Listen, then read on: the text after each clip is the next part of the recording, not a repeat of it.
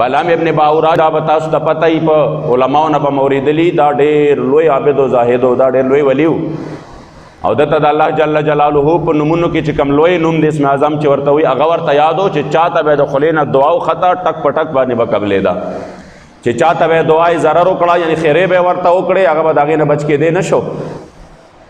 پوه شوی پې نو د پسې د قوم راغې ورته وي موسی علیه السلام ته شابس وکړه خیرې ورته وکړه هغه تم خیرې وکړه بني اسرائیلو تم خیرې وکړه چې دې نه مونږ الله پاک څه کي آزاد کړي مونږ ته نه خلاص کړي د ورته وی نه دا خو د الله نبي دی داسې چرته کېدی شي چې زه د خلاف زه به دعا وکړم داسې نه شي کېدی هغې ورته بیا ورته وی خیر دی تحفې تحایف ورله راوړل ورته وی دا واخله هغه وی صبر وکړئ زه به دې باندې لږه استخاره وکړم د الله نه به تپوس وکړم چې لاړ غر ته وخته الله جل جلاله طرف نه ورته القاو شوه چې دا کار مه کوه دی واپس راغی نه دا کار نه کېږي هغې وله نورې تحفې هم راوړې دا دنیا سیز داسې دی چې د کله هغه تحفې قبول کړې د ورته بیا به زه لاړ شم زه خیر دی چې تاسو دومره اصرار کوئ نو بیا لاړه چې بیا لاړه تپوس یې وکړه الله طرف نه ورته جواب میلاو نه شو چونکې جواب خو میلاو شوی به یو ځل چې دی واپس راغې د وې څه جواب میلاو نه شو هغې ورته وی بس کیدی شي که الله درته منع کولې خو منع کړې به وې نو چې جواب درته میلاو نه شو مطلب دا دی چې تا ته اجازت میلاو شوی دی اخر دا چې دی د دنیا په دغه لالچ کې راغې د ښځې په لالچ کې راغې د دنیا په لالچ کې راغې او تر دې حده پورې چې کوم دی په هغې مزو د دنیا په هغې جاه جلال کې راغې چې د نبي خلاف د بددعا دپاره اراده وکړه او دی روان شو خو چې کله په خپله سورلی باندې کېناسته یاد ساته عزتمندو په دې ساروو کې یو ساروی دی چې هغې ته مونږ خر وایو د کمکل نسبت ورته کوو په ټولو ساروو کې ورته زیات کمکل وایو کله چې دی په هغې خرې باندې کېناسته او دی روان شو یو ساروی دی مونږ ورته د ټولو نه لوی کمکل نسبت کوو خو چې کله د الله د نبي خلاف د جنگ دپاره د الله د نبي خلاف چې کم دی د هغې د دعای ضرر دپاره او بددعا دپاره چې کله دی روان شو نو په هغه ټایم کې دغې ساروي ته هم پته ولګېده چې دا سړی تباهۍ طرف ته روان دی ساروی دی ورته پته ولګېده چې دا تباهۍ طرف ته روان دی دی چې په کومه خره باندې ناست و هغه مخکې نه تله د به ډېره زیاته وواله هغې به ټوپونه شروع کړه واپس به دی بل طرف ته را روانه شوه د به بیا چې کوم دی کوشش پې وکړه چې دا زه مخکې بوځم د یو خاص ځای ته به تته واله هغه ځای ته دی ځي مګر د ساروی په مخکې باندې نه ځي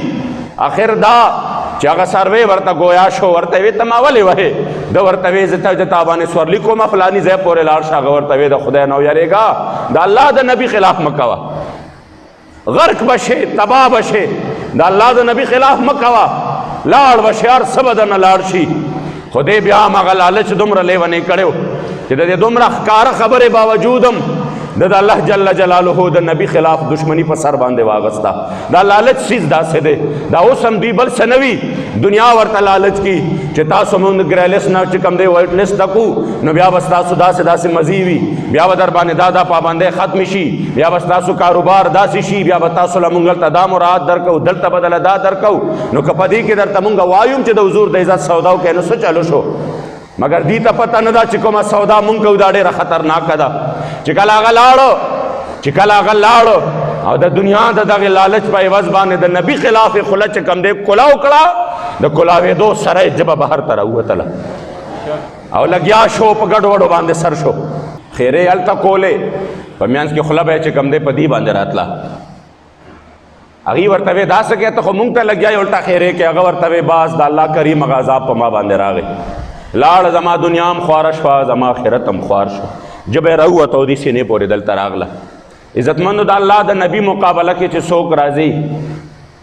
نو بیا هغه چرې بچ شوی نه دی بابا جی مبارک به فرمایل حضرت امیر المجاهدین حضرت قبلہ علامہ حافظ خادم حسین رضوی رحمت اللہ تعالی علیہ ونور اللہ مرقدہ الشریف قبلہ بابا جی مبارک به فرمایل چې ما نه دي کتلې په خپل ژوند کې د لږ ژوندون کې او چې چا د حضور سره دو نمبري کړې د هغې ضرور تباه شوي دي هغې ضرور چې کوم دی د ذلت او د رسوایۍ مخ لیدلی دی او دا داسې مقام دی چې الله دنیا کې هم ذلیل کوي او الله کریم جل جلاله په آخرت کې هم ذلیل کوي هغې هم ذلیل کوي او چې څوک د هغې حمایتونه او ملګرتیاګانې کوي هغې هم ذلیل کوي دا یاد وساته ذلت دې دغلطه او چې کله د دې نه را بهر شوی ځان د حضور د در خاورو ته وسپاره په ذات د خدای قسم دنیا کې مې عزت دی او په آخرت کې مې عزت دی او په قبر کې مې عزت دی او په جنت کې مې عزت دی. عزت بیا همیشه د پاره ستا د پاره دی. عاشق صادق به فرمایل آبرو د دواړو کونو له خاک قدم ستا ده، درشل د عزت پورته په عرش اعظم ستا ده. آبرو د دواړو کونو د خاک قدم ستا ده، د دواړو جهانو عزتونه یا رسول الله ستا د خاک قدم سره پیوست دي چې چا د ستا د در خاورو ته ځان وسپاره. آبرو د دواړو کونو له خاک قدم ستا ده، درشل د عزت پورته په عرش اعظم ستا ده. او ارزو د جنتونو مې نشته در لوګېشم، ارمان او تمنا مې والله د حرم ستا ده. او ناسوت او ملکوت کې هم ستا د عشق شور دے، ناسوت او ملکوت کی هم ستا د عشق شور دے. غوغا د شوق او عشق په لوح او قلم ستا ده. او محمد امین محبوبہ هم ستا په در لګېشا،